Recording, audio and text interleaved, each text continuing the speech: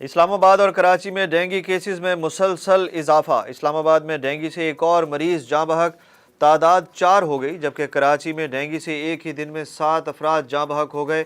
شہر اقتدار میں ایک روز میں مزید 75 افراد ڈینگی سے متاثرین کی مجموعی تعداد 747 تک پہنچ گئی۔ پاکستان تحریک انصاف کے چیئرمین اور سابق وزیر اعظم عمران خان کا نجی ٹی وی چینل کو انٹرویو۔ کہتے ہیں صاف اور شفاف الیکشن کی صورت میں منتخب ہونے والی حکومت کو ہی نیا آرمی چیف تعینات کرنا چاہیے۔ دنیا میں کامیابی کے لیے میرٹ ضروری ہے۔ میں نے کہا تھا آرمی چیف کی پوزیشن بہت اہم ہے، اس پر تعیناتی میرٹ پر ہونی چاہیے۔ نواز شریف اور آصف زرداری اس اہم تعیناتی کے لیے میرٹ پر پورا نہیں اترتے۔ عمران خان نے کہا کہ ملک غیر معمولی حالات کا سامنا کر رہا ہے، ہمیں سوچنا چاہیے کہ ملک کو اس دلدل سے کیسے نکالا جائے۔ توہین الیکشن کمیشن اور chief election commissioner case. Election commission نے عمران خان کا جواب غیر تسلی بخش قرار دے دیا۔ عمران خان کو شو کاز نوٹس جاری، 27 ستمبر کو ذاتی حیثیت میں طلب کر لیا۔ الیکشن کمیشن کی طرف سے اسد عمر اور فواد چودھری کا جواب بھی غیر تسلی بخش قرار۔ دونوں رہنماؤں کو بھی شو کاز جاری، 27 ستمبر کو طلب کر لیا۔ سیلابی صورتحال کے تناظر میں تمام سیاسی قائدین فیصلہ ساز اختلافات چھوڑ کر متحد ہو جائیں۔ ذاتی ایجنڈوں کو بالائے طاق رکھ کر قوم کی بہتری کے لیے کام کرنے کا وقت آ گیا۔ Chief justice of Pakistan justice Umar Ata Bandial کا نئے عدالتی سال کی تقریب سے خطاب۔ کہا سپریم کورٹ سیاسی چیلنجز اور معاشی حالات کی سنگینی سے آگاہ ہے۔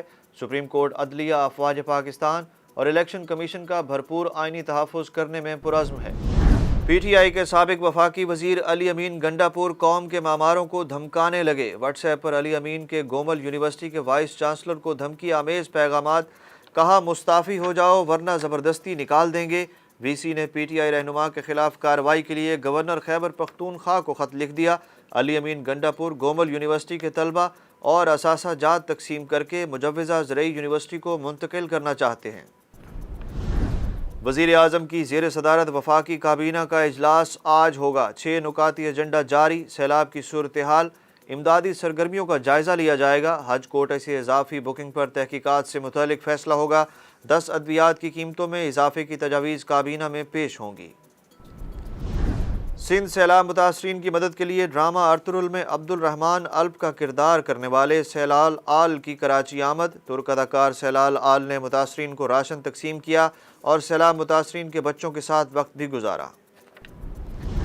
سیلاب سے شدید متاثرہ سندھ میں پھر سے بادل برس پڑے۔ ٹنڈو اللہ یار اور گرد و نواح میں تیز ہوا کے ساتھ بارش۔ ساحلی پٹی، چوہڑ جمالی کے علاقوں میں وقفے سے بارش۔ نواب شاہ کی گوٹ پیر بخش زرداری مونسون بارشوں کی لپیٹ میں۔ خیمہ بستیوں میں جلدی امراض پھوٹ پڑے۔ سیلاب متاثرین کی مشکلات میں اضافہ۔ تھر پارکر میں بھی موسلادھار بارش۔ قومی کرکٹ ٹیم کے کھلاڑی دبئی سے لاہور پہنچ گئے۔ کپتان Babar Azam, chairman P C B Ramiz Raja کے ساتھ عثمان قادر، فاسٹ بولر نسیم شاہ، آصف علی کی بھی وطن واپسی۔ ایئرپورٹ پر شائقین اور کرکٹ کے اہل خانہ نے بھرپور استقبال کیا۔ انگلش کرکٹ ٹیم کا دورہ پاکستان۔ ٹیم 7 ٹی20 میچز کی سیریز کھیلنے کے لیے 15 ستمبر کو کراچی پہنچے گی۔ 4 ٹی20 کراچی اور 3 ٹی20 لاہور میں کھیلے جائیں گے۔